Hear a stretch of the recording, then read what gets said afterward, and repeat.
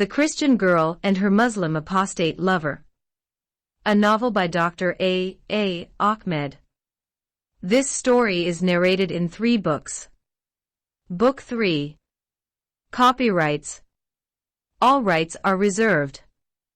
No part of this book may be reproduced, stored in a retrieval system, or transmitted in any form, or by any means without the prior written permission of the author, except by a reviewer who may quote brief passages in a review to be printed in a newspaper, magazine, school journal or university article. This novel is a work of fiction, but the entire story is based on the actual life of a Muslim apostate girl in Sudan. Therefore, all names, characters, places, and incidents are either the product of the author's imagination or are used fictitiously. Any resemblance to actual people, living or dead, events, or locales is entirely coincidental. Chapter 78. The deeply ingrained misogynistic teachings in Islam. In all her controversial writings, the freedom fighter and genius author Ibtihal Taha Al-Amin has not authored a book that focused on the problems of Muslim women except this one. The Quranic concept of the virgins of paradise makes Muslim men treat Muslim women like dirt and use them as human meat just to satisfy their lust temporarily. Every Muslim man despises the women of this earth and yearns for the virgins of paradise. Each woman for them is just a pussy and nothing else. Islam teaches that the women of this earth are unclean, unfaithful, deficient in religion and intellect, condemned by Allah, and are already on their respective journeys to hell. The Prophet Muhammad said the Muslim woman is a wara, which means she is a mere pussy.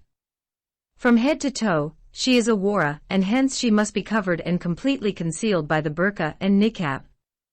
Perhaps the best way to bring out this point correctly is to refer to what the most influential and greatest Muslim theologian and scholar Al-Ghazali mentions about women. The Imam Al-Ghazali is called the greatest Muslim scholar of all time.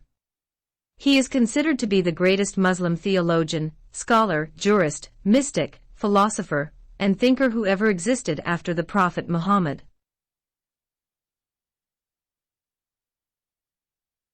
Be the greatest Muslim theologian, scholar, jurist, mystic, philosopher, and thinker who ever existed after the Prophet Muhammad. He was of Persian descent, Iranian today. Al-Ghazali was known as Al-Ghazalis in the Western medieval world. His influences in the Muslim world can be compared to St. Augustine's achievements in the Christian world. The defender of Islam or proof of Islam, Hujjat al-Islam in Arabic, as he is frequently referred to, had authored around 1,000 books on the sciences of Islam, Islamic jurisprudence. The greatest Muslim historian and sociologist Ibn Khaldun described these Islamic sciences as knowledge of the rules of God which concern the actions of people who find themselves bound to obey the Sharia laws respecting what is required, sinful, disapproved, or neutral. Al-Ghazali is accredited and appreciated by all Muslim scholars and ordinary Muslims for achieving 2 goals that in my opinion did damage to the Islamic community rather than improved it. Firstly, he criticized Western philosophy and made it taboo for Muslims until today. Secondly, he reconciled Orthodox Islam with Sufism, that means the Muslim can follow Sharia law and be a mystic at the same time. Before Al-Ghazali, the followers of those 2 schools hated and vehemently criticized and condemned one another. In his renowned book, The Revival of Religious Sciences, Imam Al-Ghazali defines the woman's role in the following duties. She should stay at home and get on with her spinning. She can go out only in emergencies. She must not be well informed, nor must she be communicative with her neighbors and only visit them when absolutely necessary. She should take care of her husband and respect him in his presence and his absence and seek to satisfy him in everything. She must not leave her house without his permission, and if given his permission she must leave secretly. She should put on old clothes and take deserted streets and alleys, avoid markets, and make sure that a stranger does not hear her voice, her footsteps, smell her, or recognize her. Loathes and take deserted streets and alleys, avoid markets, and make sure that a stranger does not hear her voice, her footsteps, smell her, or recognize her. Her sole worry should be her albud, her pussy or reproductive organ, her home as well as her prayers, and her fasting, starvation for Allah. If a friend of her husband comes when her husband is absent, she must not open the door nor reply to him to safeguard her albud, which is her pussy or her vagina. She should accept what her husband gives her as sufficient sexual needs at any time. She should be clean and ready to satisfy her husband's sexual needs at any moment. The greatest Islamic theologian warns all Muslim men to be careful of women, for their guile is immense and their mischief is noxious. They are immoral and mean-spirited. Al-Ghazali also states it is a fact that all the trials, misfortunes, and woes which befall men come from women.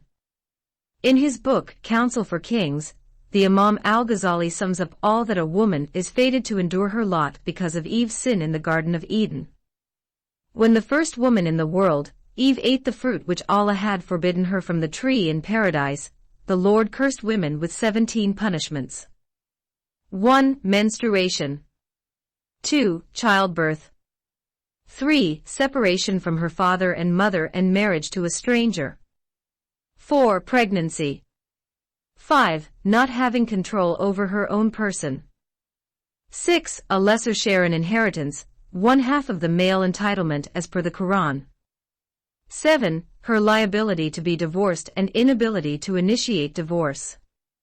8. Acknowledge the law allowing the men to have 4 wives, but for the woman to have only 1 husband. 9. The fact that she must stay secluded in the house. 10. The fact that she must keep her head covered inside the house. 11. The fact that weight of 2 women's testimonies has to be set against the testimony of a man. 12. The fact that she must not venture beyond the house unless accompanied by a near male relative, her husband or a close male relative known as a muharram such as her father or brother. 13. The fact that men take part on Friday and feast days, public prayers and funerals, while women are forbidden from those Islamic practices. 14. Disqualification for leadership and judgeship, that means the Muslim woman is not allowed by the Sharia to be a leader, president, imama, or judge. 15. The fact that merit has 1,000 components, only one of which is attributable to women, while 999 are attributable to men. 16. The fact that if women are profligate, they will be given twice as much torment as the rest of the community on the resurrection day. 17. The fact that if their husbands die, they must observe a waiting period of 3 months and 10 days before remarrying. The idea that a woman's sole purpose and duty is to stay at home to satisfy the sexual appetite of her husband is again summed up in Al-Ghazali's book, Proof of Islam. The Imam Al-Ghazali is called the defender of Islam as well as the proof of Islam. This most influential thinker of Islam has molded the minds of millions of Muslims with his opinions on woman's character. He said, if you relax the woman's leash a tiny bit, she will take you and bolt wildly. Their deception, women, is awesome, and their wickedness is contagious. Bad character and feeble mind are their predominant traits. Al-Ghazali also exhorted women, a wife should never refuse to give her pussy to her husband even if it is on the saddle of a camel. This advice is always quoted by Islamic religious leaders in the Muslim world. It was recently quoted by the Damned Obedient Wives Club in Malaysia. This strange advice is taken from a hadith of the Prophet Muhammad, where he said that the wife should not say no to her husband's sexual need even if the two are sitting on the saddle of a moving camel in the desert. Al-Ghazali forbids Muslim men to teach their women to read and write. He says, do not add evil to unhappiness. He quoted his Prophet Muhammad, preventing women from learning to write, adopt positions opposite those of women. There is great virtue in such opposition. As the supreme jurist, Al-Ghazali defined marriage for Muslims. Marriage is a form of slavery. The woman is a man's slave and her duty, therefore, is absolute obedience to her master who is her husband in all that he asks of her person. Islam allows a man to marry 4 women at any one time, and to beat his wives. Surah Al-Nisa 4, verses 3 and 34. It allows only the men to initiate divorce, and in matters of law, reduces her testimony to half of that of a man. This in fact renders her solitary testimony inadmissible. If a Muslim woman witnesses the slaughter of her own son, she cannot testify in court about his murder. In addition to the other irregularities mentioned before, a man is promised 72 virgins in paradise, and the woman is fated to hellfire. To compound the gender inequality, women have to contend with widespread honor killings, child marriage, wife beating, and female genital mutilation. Although there are so many injustices against women in Islam, the biggest evil has to be female genital mutilation. Female genital mutilation is based on 3 authentic hadiths of the Prophet Muhammad, which advocate female circumcision as compulsory for all Muslim women. 2 of those hadiths are mentioned in Sahih al-Bukhari and Sahih Muslim. According to Prophet Muhammad, female genital mutilation is the preservation of honor for women, Sunan Abu Dawud. Following the commandment of their prophet, the majority of Muslims circumcise their female children with the belief that such practice helps their daughters preserve family honor. According to the World Health Organization, female genital mutilation is practiced in 28 countries in Western, Eastern, and Northeastern Africa, in parts of Asia, and the Middle East countries, and within some immigrant communities in Europe, America, and Canada, Australia, and South America. There are around 125 million Muslim women living today who got genitally mutilated in the Muslim world. Thousands upon thousands of small Muslim girls are subjected to the procedure of female genital mutilation yearly. The World Health Organization has offered for classifications of female genital mutilation. There are mainly 3 types: Type 1, Type 2, and Type 3.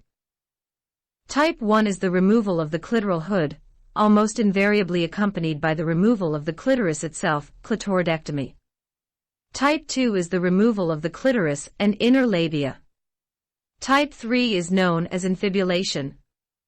It involves the removal of all or part of the inner labia and outer labia, and usually the clitoris, and the fusion of the wound, leaving a small hole for the passage of urine and menstrual blood. The small aperture does not allow for the full and proper discharge of menstrual blood and tissue. The remaining blood causes many kinds of sicknesses in the girl. Such a small hole cannot enable the husband to insert his little finger in his bride's pussy. An erected male's phallus cannot enter such a tiny hole. For that reason, many brides were sent to the hospital on their first wedding nights to widen their small private parts, so that their grooms could have normal sex with them. Besides, circumcision makes a Muslim girl has a numbed or dead pussy. Sex for her is worse than rape because she doesn't enjoy it. Some Muslim girls prefer anal sex rather than vaginal sex. They can't have orgasms because their clitorises were removed when they were female children through female genital mutilations. A case study by Jacques Lantier. This case study happened in Somalia, and was reported by a first-hand female witness. She is a Western woman scholar who traveled to Somalia to do field research on female genital mutilation. She stated her witness in the following words. The female child, completely naked, is made to sit on a low stool. Several women take hold of her and open her legs wide. After separating her outer and inner labia, the female circumciser, usually a woman experienced in this procedure, sits down facing the female child. With her kitchen knife, she first pierces and slices open the hood of the clitoris. Then she begins to cut it out. While another woman wipes off the blood with a rag, the female circumciser digs with her sharp fingernail a hole the length of the clitoris to detach and pull out the organ. The little girl, held down by the women helpers, screams in extreme pain, but no one pays the slightest attention. The female circumciser finishes this job by entirely pulling out the clitoris and cutting it to the bone with her knife. Her female helpers again wipe off the spurting blood with a rag. The female circumciser then removes the remaining flesh, digging with her finger to remove any remnant of the clitoris among the flowing blood. The neighbor women are then invited to plunge their fingers into the bloody hole to verify that every piece of the clitoris is removed. This operation is not always well managed, as the little girl struggles. It often happens that any clumsy use of the knife or a poorly executed cut, the urethra is pierced, or the rectum is cut open. If the little girl faints, the women blow pili pili, which is a hot spice powder, into her nostrils. But this is not the end. The most important part of the operation begins only now. After a short moment, the woman takes the knife again and cuts off the inner lips, labia minora, of the victim. The female helpers again wipe the blood with their rags. Then the female circumciser, with a swift motion of her knife, begins to scrape the skin from the inside of the large part, labia majora. The female circumciser conscientiously scrapes the flesh of the screaming female child without the slightest concern for the extreme pain she inflicts. When the wound is large enough, she adds some lengthwise cuts and several more incisions. The neighbor women carefully watch her work and encourage her. The female child now howls even more. Sometimes in a spasm, female children bite off their tongues. The women carefully watch to prevent such an accident. When her tongue flops out, they throw spice powder on it, hot red chili, which provokes an instant pulling back of the organ. With the abrasion of the skin completed according to the rules, the female circumciser closes the bleeding large lips and fixes them one against the other with long acacia thorns. At this stage of the operation, the female child is so exhausted that she stops crying but often has convulsions. The woman then forces down her throat a concoction of plants. The female circumciser's chief concern is to leave an opening no larger than a kernel of corn, or just big enough to allow urine, and later the menstrual flow, to pass. The family honor depends on making the opening as small as possible because with the Somalis, the smaller the artificial passage is, the greater the value of the girl, and the higher the bride price. When the operation is finished, the woman pours water over the genital area of the girl, and wipes her with a rag. Then the female child, who was held down all this time, is made to stand up. The woman then immobilizes her thighs by tying them together with ropes of goatskin. This bandage is applied from the knees to the waist of the girl, and is left in place for about 2 weeks. The girl must remain lying on a prayer mat for the entire time, while all the excrement evidently remains with her in the bandage. After that time, the girl is released, and the bandage is cleaned. Her vagina is now closed, except for a tiny opening created by the insertion of straw or reed, and remains closed until her marriage. Contrary to what one would assume, few girls die from this torture. There are, of course, various complications, which frequently leave the girl crippled and disabled for the rest of her life. Quoted from excerpts from Friend P. Hoskin. The Hoskin Report, Genital and Sexual Mutilation of Females.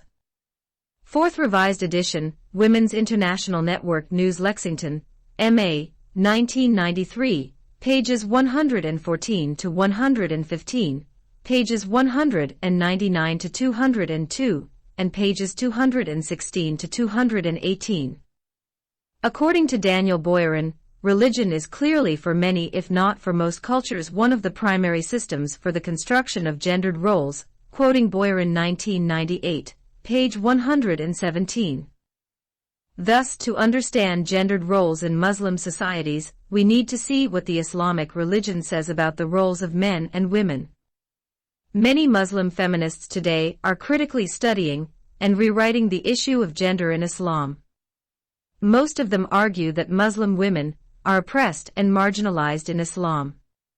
However, they argue that it is not the teaching of the Quran, but the hadiths, which put women in a lower status. To uplift women and give them equal rights as men, Muslim feminists argue that the misogynistic hadiths, sayings of the Prophet, must be disregarded.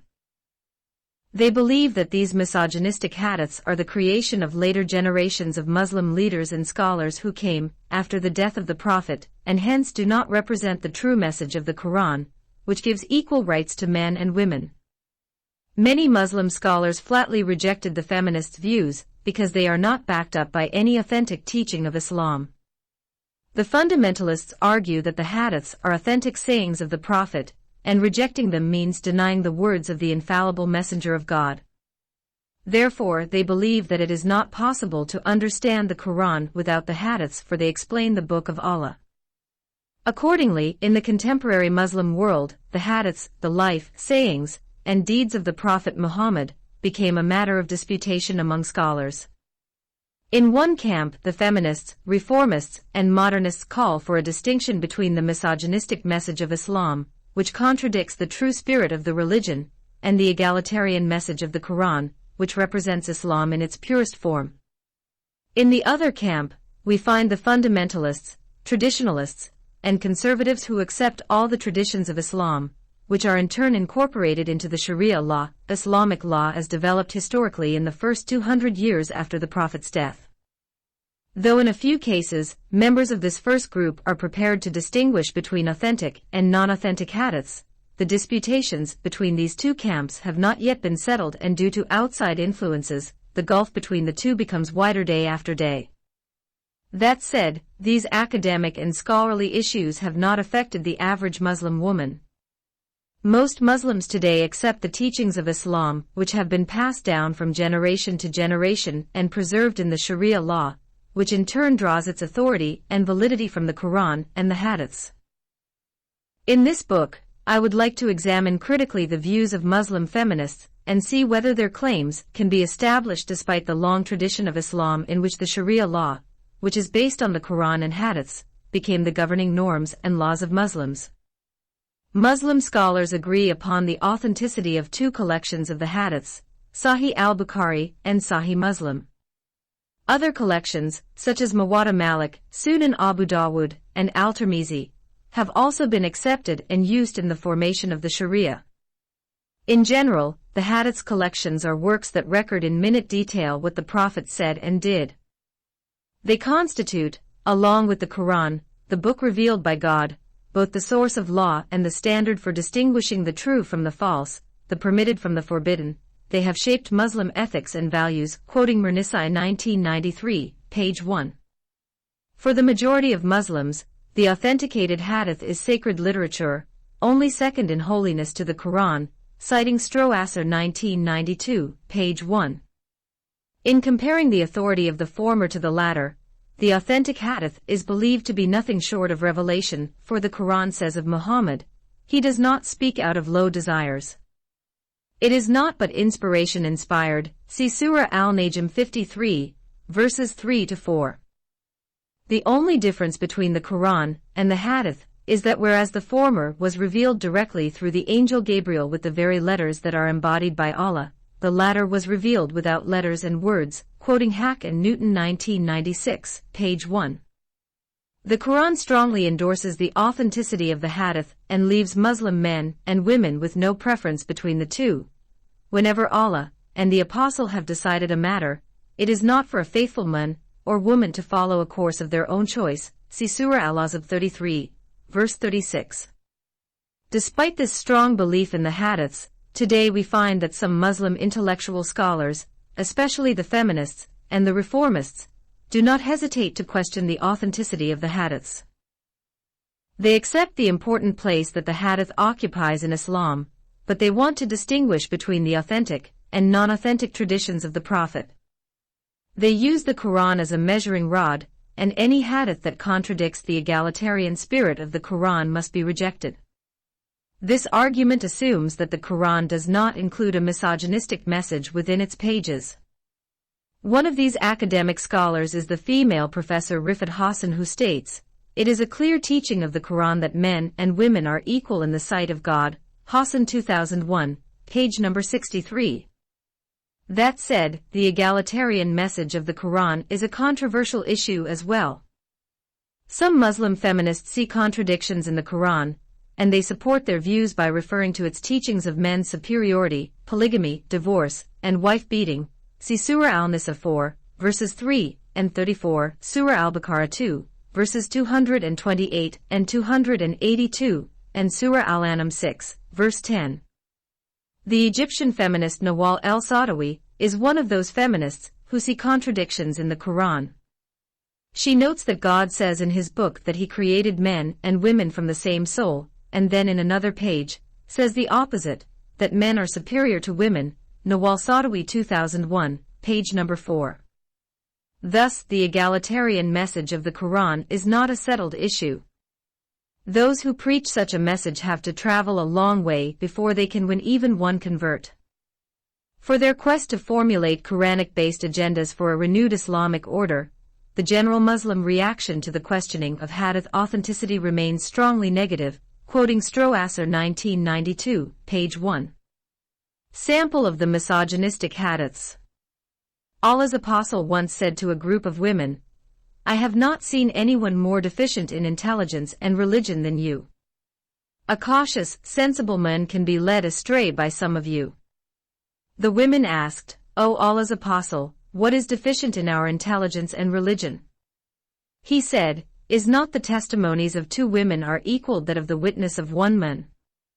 They replied in the affirmative. He said, "This is the deficiency of your intelligence. Isn't it true that a woman can neither pray nor fast during her menses?" The women replied in the affirmative. He said, "This is the deficiency in your religion." Sahih al-Bukhari, hadith number 301. The authenticity of the above hadith is beyond dispute. It is mentioned repeatedly in the most authentic two collections of Sahih al-Bukhari and Sahih Muslim. When al-Bukhari and Muslim both accept a hadith, it is called mutafagun alayhi, which means agreed upon by the two authentic collections of hadiths. Muslim scholars consider this the highest degree of authenticity and truthfulness, quoting Hack and Newton 1996, page 3. The Arabic phrase, al-Nisa najazatan aglayan wadeen, which means the women are deficient in intelligence and religion, is on the tip of every Muslim's tongue. This statement is used by scholars as well as lay people to define women. There is a famous proverb in the Arab countries, which says, "If a woman becomes an axe, she will not cut the head of anyone." This proverb does not only mean that the woman is weak, but she is utterly useless. To turn to further examples of the misogynistic hadiths of the Prophet of Islam. Muhammad said to his male followers, "The woman is like a rib. If you try to straighten her, she will break. So, if you want to get benefit from her, do so while she still has some crookedness." Sahih al-Bukhari, volume 7, hadith number 113. He also said, "Wives are ungrateful to their husbands, and they are ungrateful for the favors and the good, charitable deeds done to them. If you have always been good, benevolent, to one of them, and then she sees something in you, not of her liking, she will say, 'I have never received any good from you.'" Sahih al-Bukhari, volume 1, hadith number 28.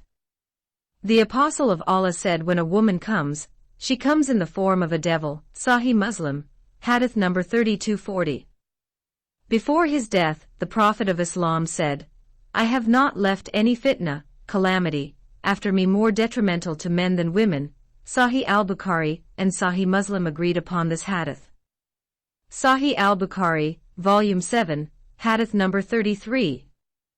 Muhammad said to women, "O women, give alms, as I have seen that the majority of the dwellers of hell were you, women." Sahih al-Bukhari, volume 1, hadith number 301. The Prophet Muhammad said, "Amongst the inmates of paradise, the women would form the minority." Sahih Muslim, hadith number 6600. These two hadiths say the majority of Muslim women will end up in hellfire and live there forever and ever. The Prophet Muhammad said, "Those who entrust their affairs to a woman will never know prosperity." Murnisi 1993, page 49.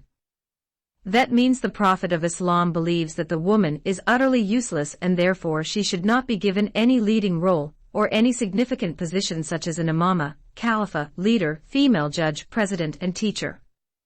The Moroccan female Professor Fatima Murnisi stated, "Some hadiths, prophetic tradition, originated from authentic kitab, book of al-Bukhari, which are told by the teachers hurt me.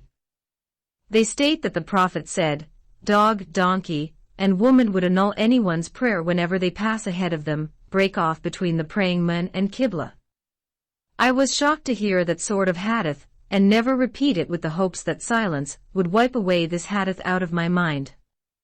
I asked, how come the Prophet said that sort of hadith which hurt me so much? How could the beloved Muhammad hurt a little girl who is in her growth, who is attempting to make him a pillar of her romantic dreams? Citing Mirnisai 1991, page 82. Muslim women and the authentic tradition of the Prophet Muhammad. Perhaps the most accurate accounts of which Muslim women have been placed in a lower status by the Islamic teachings could be found in the writings of the Egyptian Muslim liberal thinker, Sayyid Mahmud al-Kimni. In his book, Rab al-Zaman, under an article entitled Women in Religious Heritage and Legends, which he delivered as a lecture to the People's Progressive Women's Union, al-Kimni held the Islamic heritage responsible for degrading Muslim women. Al-Kimni, Rab al-Zaman 1996, page 219.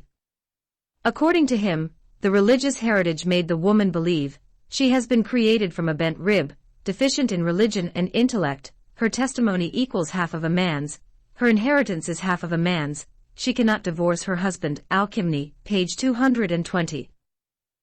The Muslim woman believes herself to be a Satan, and therefore she cannot control her sexual desires. Al-Kimni, page 221. According to the Islamic heritage, a woman succumbs to her lust and not intellect. She has a natural tendency to cheat on her husband, because she is one of the four that could not be trusted: money, sultan, time, and woman. Al-Kimni, page 220. The woman had been created for the comfort and enjoyment of her husband. In that way, the religious heritage made the Muslim woman believe herself to be a mere pussy, and hence she became horma, taboo, and haram, forbidden. Al-Kimni, page 221. Therefore, if she kept her faith and her vagina, and gave enjoyment to her husband and master, she would enter heaven. Al-Kimni, page 220. A woman's faith could not be perfected except by her complete obedience and submission to her husband, and such obedience would secure to her a place in heaven as a prostitute among the many harems of the men. 72 Virgins of Paradise. Al-Kimni, page 221. This gloomy picture that Al-Kimni depicted for the Muslim woman irritated many Muslim female professors and ulama, or intellectual scholars of Al-Azhar al-Sharif University, who believe that Islam has honored the woman and put her in the best place. Al-Kimni states that the Quran gives two contradictory rights to women. Al-Kimni 2004, page 170. While some verses make women equal to men, such as in Surah Al-Imran 3, verse 195, Surah Al-Nahl 16, verse 97, Surah Al-Tawbah 9, verse 71, Surah Al-Ahzab 33, verse 35, and Surah Al-Ma'idah 5, verse 38. This positive attitude towards women is distorted by Surah Al-Nisa 4, verse 34, which allows the husband to beat his disobedient wife. In a hadith mentioned by Al-Bukhari, the Prophet said, "Any group of people who make the woman their female president will not prosper." Al-Kimni quotes many verses and hadiths to show that woman has been placed in a low position by Islam. In this regard, Al-Kimni refers to an incident in which he was condemned as a kafir or heretic unbeliever by the female professors of Al-Azhar University because he exposed in his book, Fascists and Nation, the low status in which Islam has put the woman. She is inferior to men in every respect and made for his sexual pleasure. The main reason for their protest was that Al-Kimni makes mistake by demanding rights for women, which Islam gave to men only. Al-Kimni, page number 177. The samples of the misogynistic hadiths and the accounts of Al-Kimni give an insight into the theory of women in Islam. It is evident that women are understood as causing constant threats to the social order and religion, and as such, they need to be brought under control. Quoting the words of Darlene M. Jushka, if women are understood to carry the darker elements of culture, the chaotic, the sexual, the irrational, then the suppression of these perceived threats is necessary. Citing Jushka 2001, page 161. Men's superiority over women in Islam. The Quran states that men and women are equal in regard to their religious obligations. rewards, punishment, and oneness of their creation, Surah Al-Imran 3, verse 195, and Surah Al-Nisa 4, verse 1, and in other verses the Quran teaches that men are superior and one degree above the women, Surah Al-Nisa 4, verse 34, and Surah Al-Baqarah 2, verse 228. The Algerian Fadel Amrabat commenting on the Quran verse Al-Nisa 4, verse 34 says, "What is really being communicated through this verse is that God prefers men over women because the latter are inferiors to the former," quoting Smith 1978, page 526. According to the teaching of Islam, men are superior to women in knowledge, power, and authority, and that is because God prefers the former to the latter, and men spend out of their means on women. Women are thought to be deficient in intelligence and religion. The Quran states, "And call unto witness 2 witnesses, men, or if the 2 be not men, then 1 man and 2 women, such witness as you approve of, that if 1 woman errs the other will remind her," Surah Al-Baqarah 2, verse 282. This verse teaches that the woman has an inferior mentality to the man. There is no definition so widely used and accepted among Muslims for defining the woman than she is a wara.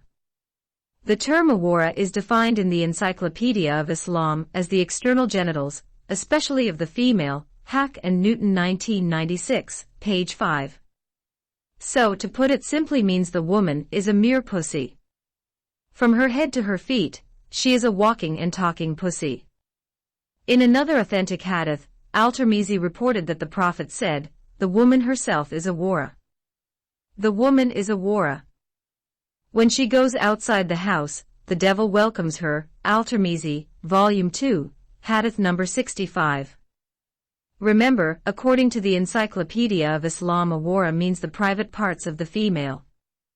Consequently, when the woman steps out of her house, Satan takes charge of this walking and talking open pussy, and uses her to entice men, and make them fall into the unpardonable sin of adultery. Therefore, this hadith says that the woman is possessed by demons as soon as she goes out of her confinement. So she is dangerous to society, and hence she is supposed to be imprisoned inside her house.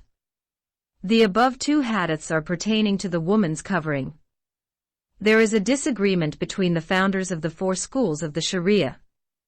While Maliki and Hanbali schools allow the hands and face to remain uncovered, the schools of Hanafi and Shafi considered them to be awara or private parts, and hence demand the woman to be completely veiled from head to feet.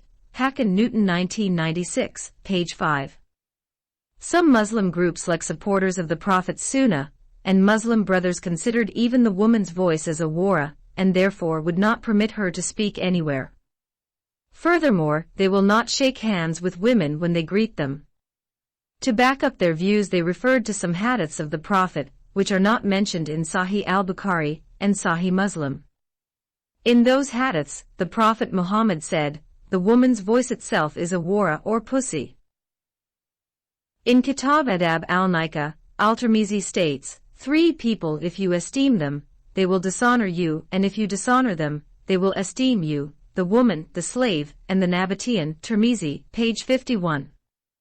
Narrated that Ibn Omar said, mention of bad omens was made in the presence of the Prophet, peace and blessings of Allah be upon him, and the Prophet, peace and blessings of Allah be upon him, said, if bad omens are to be found in anything, it is in a house, a woman and a horse, Sahih al-Bukhari, hadith number 5094, and Sahih Muslim, hadith number 2252. Men's rights on women. Islam has ascribed some rights, which men have to their women. The most important of these rights is total obedience and submission of the woman to her man, husband, father, brother, uncle, and cousin. Wife obedience to her husband.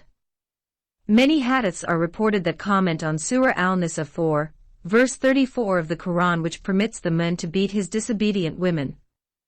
The Prophet said, there are 3 people whose prayer will not be accepted, nor their virtues are taken above to the sky: the runaway slave until he returns back to his master, the woman with whom her husband is dissatisfied, and the drunk until he becomes sober. Mishkat al-Masabi, English translation, Book 1, Hadith number 74.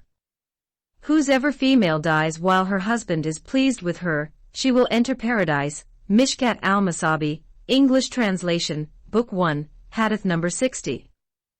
The Prophet of Allah said, when a man calls his wife to satisfy his desire, let her come to him though she is occupied at the oven. Mishkat al-Masabi, English translation, Book 1, Hadith number 61.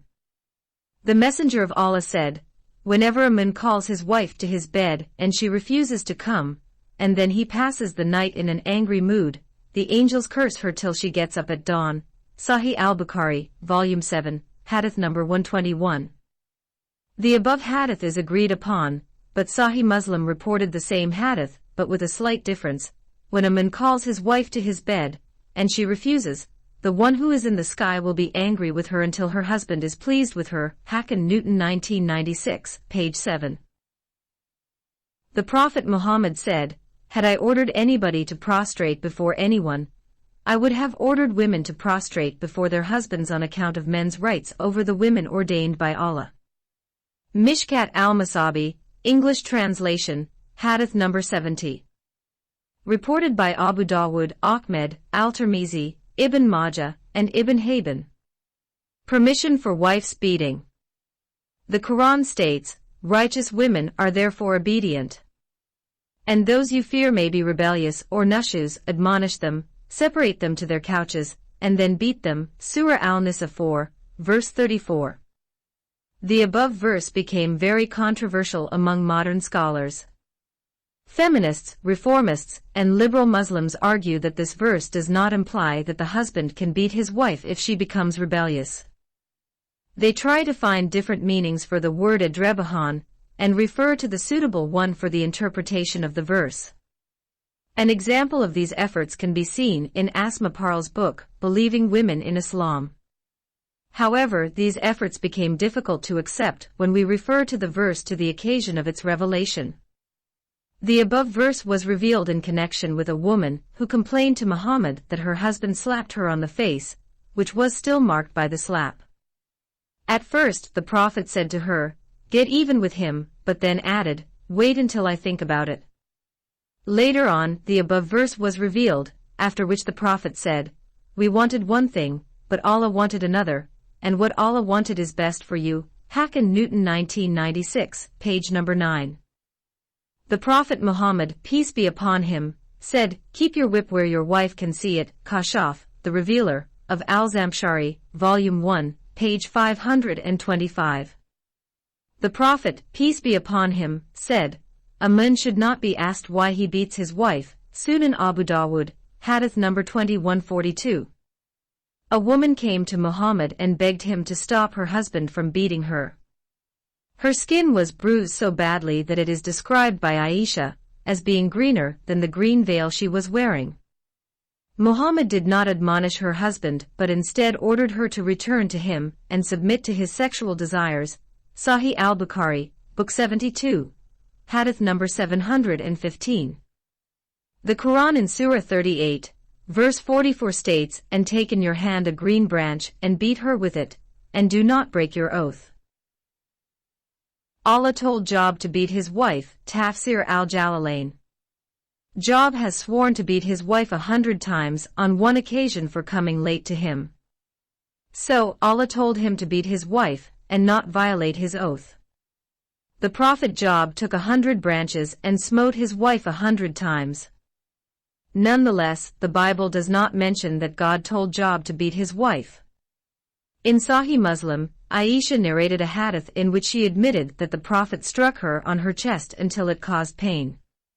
He struck me on the chest which caused me pain, and then said, did you think that Allah and His Apostle would deal unjustly? Sahih Muslim, Book 4, Hadith number 2127. The hadiths, which speak about women, are countless in number. A few of them show favor to women. Those few hadiths, which speak well about women, are referring to her as a mother, and not as a wife or daughter. Abu Hurairah reported that a man came to the Messenger of Allah, peace be upon him, and asked, O Messenger of Allah, who is the person who has the greatest right on me with regards to kindness and attention? He replied, your mother. Then who? He replied, your mother. Then who? He replied, "Your mother." "Then who?" He replied, "Your father." The Prophet also said paradise is under the feet of mothers. Dr. Sahib Hassan, commenting on the second hadith, said, "The above a hadith with this wording is da'if, meaning unauthentic, but its meaning is contained in the hadith of Ibn Majah and al-Nasa'i that a man came to the Prophet, may Allah bless him and grant him peace, and said, O Messenger of Allah, I intend to go on a military expedition, jihad in the way of Allah, but I have come to ask your advice." He said, "Is your mother alive?" He said, "Yes." He said, "Then stay with her, for the garden is under her feet." Hacken Newton 1996, page 12. Feminists, reformists, and liberal Muslims very often quote the above two hadiths to support their views that Islam is an egalitarian religion, and that misogynistic hadiths are the invention of later generations. However, as we have mentioned above, these two hadiths advise sons to be kind to their mothers, but neither the husbands to their wives nor fathers to their daughters or brothers to their sisters. In addition, the two hadiths are not accepted as authentic because neither al-Bukhari nor Muslim included them in their collections. Only Ibn Majah and al-Nasa'i mention them. These two collections are hardly quoted by modern Muslim scholars. Having the foregoing mentioned verses and hadiths in the main sacred books of Islam, the Quran, and the authentic hadiths of the Prophet Muhammad, still some Muslim scholars claim that the religion is favoring women and gives them equal rights with men. It is hard to believe such a claim. To accept the egalitarian message of Islam and to deny its misogynistic teachings, for me is only wishful thinking. Such efforts will not benefit those for whom the efforts are made. Muslim women who live in the West are not liberated because of these efforts, but the secular societies in which they live granted them equality with their men. Muslim women who live in Muslim societies still live under the bondage of Muhammad's misogynistic teachings. We have mentioned in general the teachings of the Quran and the hadiths about women. Now, we have to briefly state the effects these teachings have exercised on the Muslim woman's life. I will refer to marriage in general and concentrate on polygamy. For nothing is more criticized in Islam than the practice of polygamy. Critics pointed out many reasons to show that women in Muslim societies are treated as secondary citizens with no equal rights to men. But critics singled out polygamy as evidence of the oppression of women in Islam. For that reason, in our modern day, scholars are extensively exploring the place of women in Islam, and made polygamy the focus of their research. Marriage is defined as a permanent, immediate, and unconditional civil contract between two people of opposite sexes for mutual enjoyment and procreation of children. Varma 1988, page 56. As we shall see soon, this definition does not apply to the concept of marriage in Islam. The two concerned people who should sign the marriage contract in Muslim countries are not necessarily the husband and wife. According to the two schools of Sharia, namely Shafi and Maliki, a woman is utterly incompetent to enter into a marriage contract either herself or for another, even though her guardian should authorize her to do so. A father can contract the marriage of his virgin daughter without asking for her consent, whatever her age. Varma 1988, page 24. By the way, all Middle East and North African Muslim countries are following the Shafi and Maliki Sharia schools. So countries like Saudi Arabia and Egypt are following those rigid schools of Sharia law. In fact, 85% of Muslims in the world are either Shafis or Malikis. There is no specific minimum age limitation in marriage in Islam.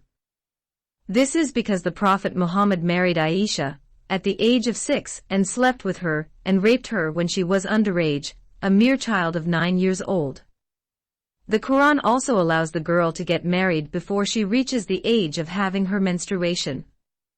Such of your women as have passed the age of monthly courses, for them the prescribed period, if ye have any doubts, is 3 months, and for those who have no courses, it is the same for those who carry life within their wombs, their period is until they deliver their burdens, and for those who fear Allah, He will make their path easy. See Surah Al-Talaq 65, verse 4. The commentator Ibn Kathir explains this verse as follows: there are three kinds of women. Those who grown old and their menses ceased, and those small girls who have not yet had their menses. The old women and the underage girls who have not yet menstruated, if get married and divorced, have to stay 3 months before they are allowed to get married again. The third type of women is those who still have their periods or are pregnant. Those women have to stay 3 months and 10 days before they remarry again. There are 5 types of marriages in Islam. 1. Monogamous marriage. It is a lawful relationship between one man and one woman. 2. Polygamous marriage. A lawful relationship between one man and more than one woman, not to exceed 4 wives. 3. Mutta or temporary enjoyment marriage. It is a temporary lawful relationship between a man and a woman. The relationship can be 1 hour, 2 hours, 3 days, or a month. The enjoyment of marriage does not require a judge or witness. The man says to the woman, "I marry you myself," and she says to him, "I marry you myself." This kind of marriage differs from ordinary marriage because it does not aim at a continuous married life, but the enjoyment in a lawful way. It was permitted by the Prophet but abolished by the second Caliph, Omar ibn al-Khattab. Since this kind of marriage is permitted by the Quran, in Surah Al-Nisa 4, verse 24, the Caliph Omar had no legal right to abolish it. According to Sharia law, no one has the right to abrogate any verse from the Quran after the death of the Prophet Muhammad. The Mutta marriage is unlawful in Sunni Islam but practices today by Shiite Islam. In Iran, it is estimated that over 70% of temporary wives became prostitutes, quoting Woodsmall 1983, page 119. 4. Al-Masyar marriage. Al-Masyar marriage institution in Islam, allowing for a lesser form of relationship between man and woman than normal marriage.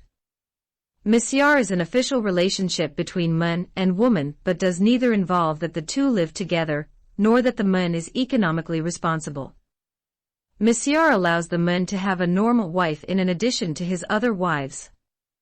The Masyar wife is expected to live with her parents, and her husband can visit her according to a predetermined schedule. Masyar is being practiced in Saudi Arabia and Egypt for years. The Egyptian Sunni Imam Sheikh Mohammed Sayed Tantawi and the former Mufti of Egypt officially legalized it in February 1999, and he is also defending the arrangement of Masyar. 5. Al-Zawaj al-Urfi or the traditional marriage. Al-Zawaj al-Urfi or traditional marriage is a kind of Islamic marriage, which is socially unrecognized and unaccepted by Muslim families. It is like the Shiite Mutta marriage, or enjoyment marriage, where the boy and the girl marry each other without the knowledge of their families and without mazun or judge, witnesses, and any official document.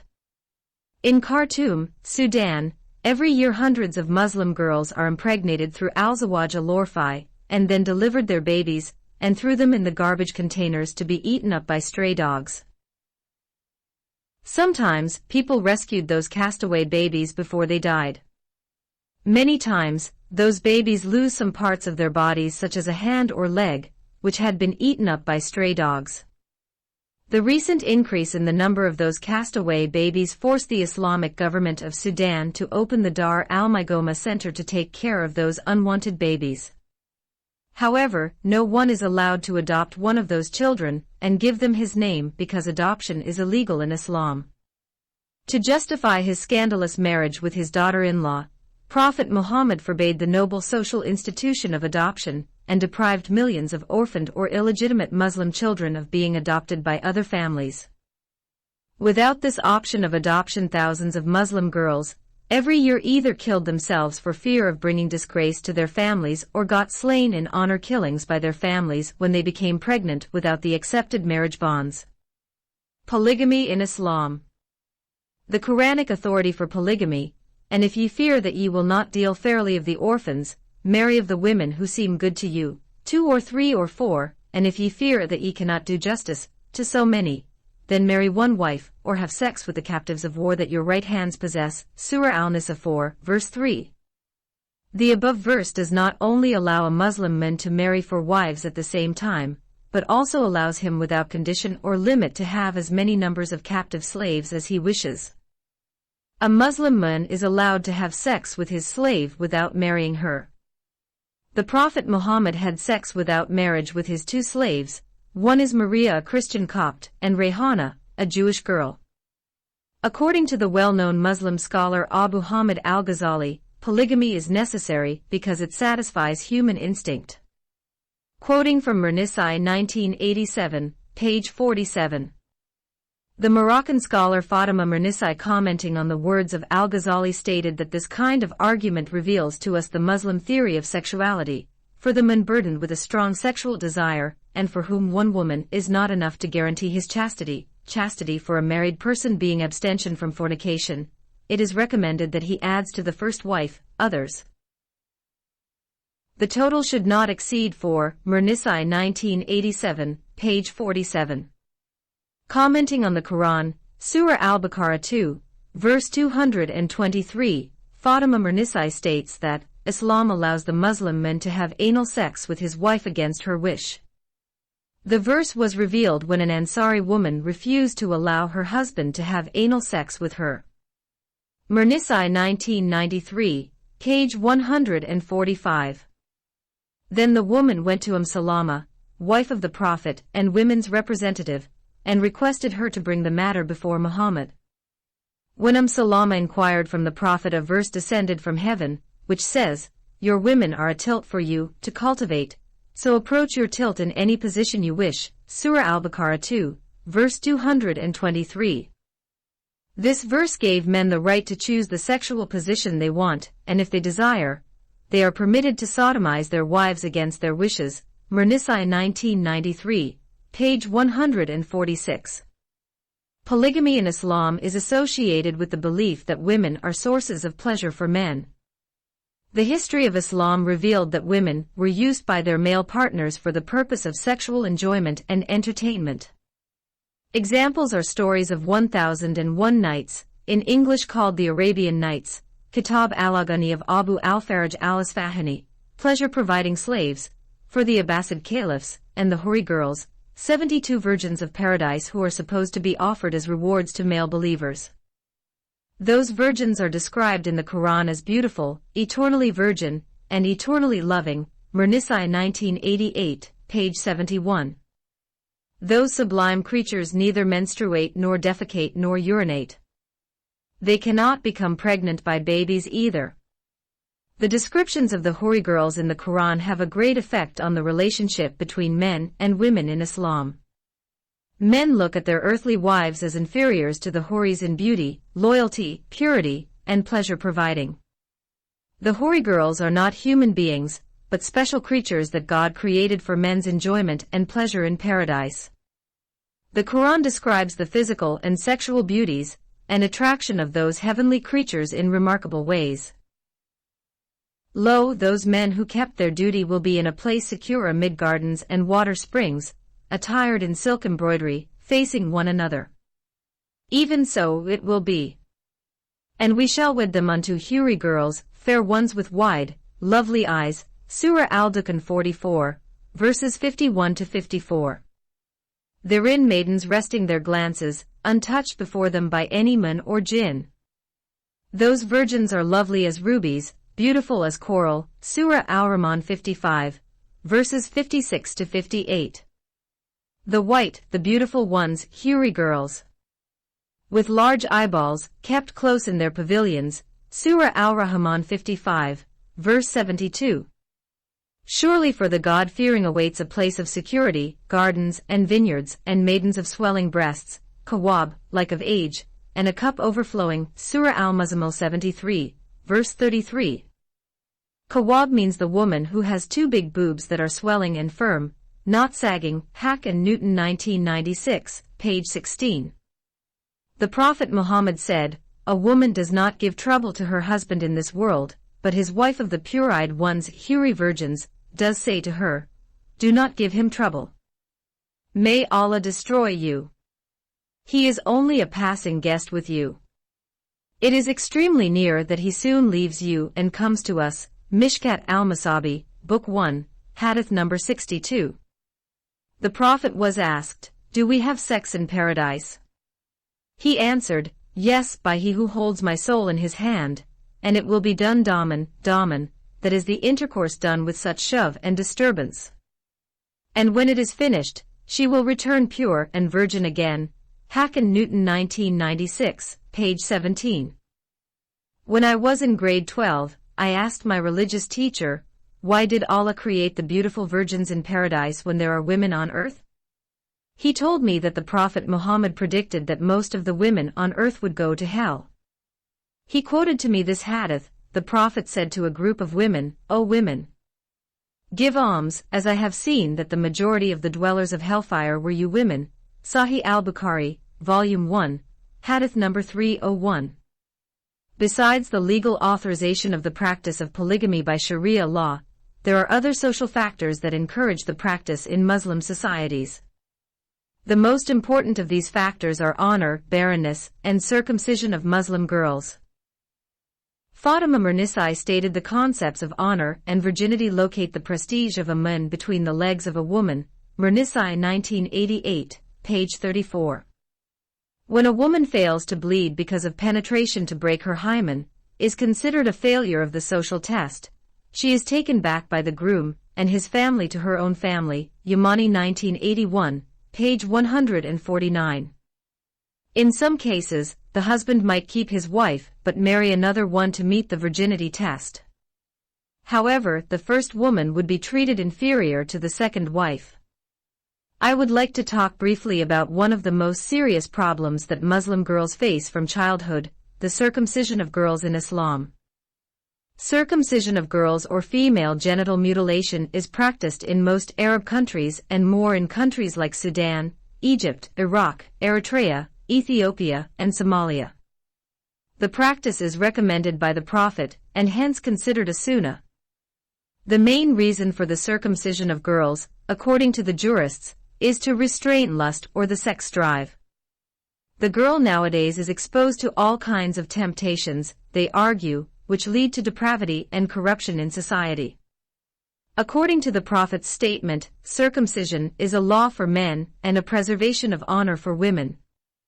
Female circumcision, also called female genital mutilation, involves the removal of the sealing of the labia majora and the labia minora together after the entire clitoris has been removed. Lois, 1985, page 115. Problems that result from female circumcision are that the woman is no more capable of normal sexual intercourse and childbearing, and no longer able to gratify her spouse's appetite. She is cast out for a younger and healthier wife. Lois, 1985, page 117. Some modern Muslim writers like Dr. Nawal al-Sadawi, Fatima Mernisai, and Qasim Amin discourage the practice of polygamy. As understood by Fatima Mernisai, polygamy is a way for a man to humiliate the woman as a sexual being. Mernisai, page 48. It is commonly believed in Morocco that the wife can be humiliated by marrying another woman beside her as a second wife. The Muslim Sudanese people share the same opinion, for they believe that the best way to chastise a woman is to marry another woman with her.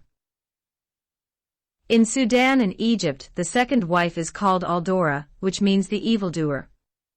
How can the just God allow the husband to bring an evildoer and rival wife to his first wife? In conclusion, the above accounts have proved without a shadow of a doubt that women in Islam are the most oppressed and abused women in the world. They also have shown the deeply ingrained misogynistic teachings in the Islamic sacred books, namely the Quran and the hadiths of the Prophet Muhammad. The only way for a Muslim woman to obtain her rights is to exit Islam and consider it a disgusting misogynistic religion that gives the men the right to oppress and abuse her under the guise of divine revelation.